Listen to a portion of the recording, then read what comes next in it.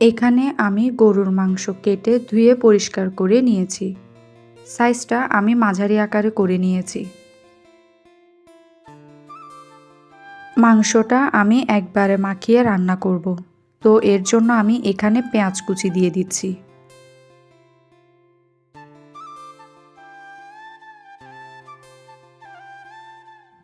আদা রসুন বাটা,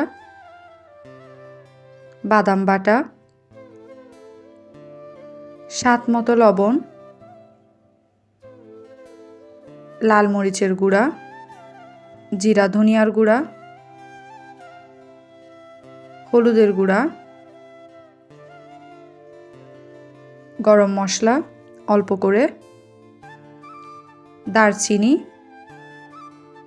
তেজপাতা, স্টার মশলা, বড় এলাচ, গোলমরিচ, লবঙ্গ এবং সবশেষে তেল দিয়ে দিয়েছি। সমস্ত উপকরণগুলি মাংসের সাথে ভালো করে মিশিয়ে নিতে হবে।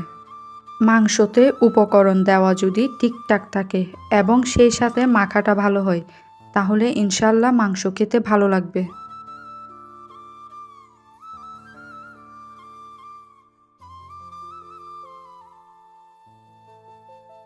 মাঝারি আছে ঢেকে কিছুক্ষণ রান্না করে নিব। দেখবেন মাংস থেকে পানি বের হয়ে এসেছে, আর এই পানি দিয়ে সবগুলো কষিয়ে নেওয়া যাবে। সময় নিয়ে মাংসটাকে কষিয়ে নিতে হবে এবং এক্ষেত্রে বারবার নেড়ে দিতে হবে, কোনোভাবে যেন নিচে ধরে না যায়।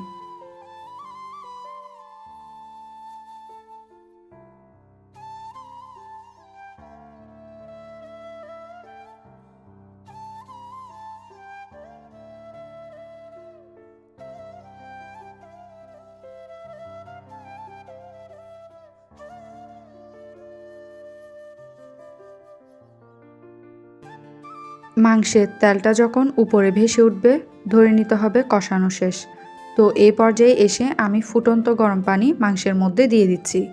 মাংসটা ফ্রেশ ছিল, তাই পানি কম লেগেছে। ফ্রিজের মাংস হলে হয়তো পানি একটু বেশি লাগতে পারে। পুরো রান্নাটাতে আমি চুলার আঁচটা মিডিয়াম টু লো এর মাঝামাঝি রেখেছি। বারবার বাড়ানো বা কমানো হলে কিন্তু মাংস সেদ্ধ হতে সময় নেবে। এই তো মাংস সেদ্ধ হয়ে গিয়েছে।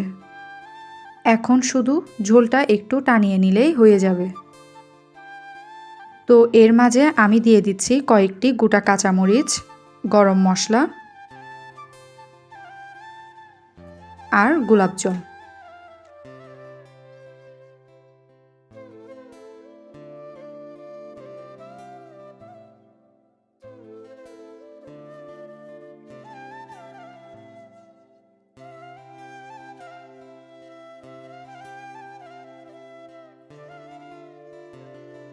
এখন আমি মাংসটাকে সার্ভ করতে চলে যাচ্ছি।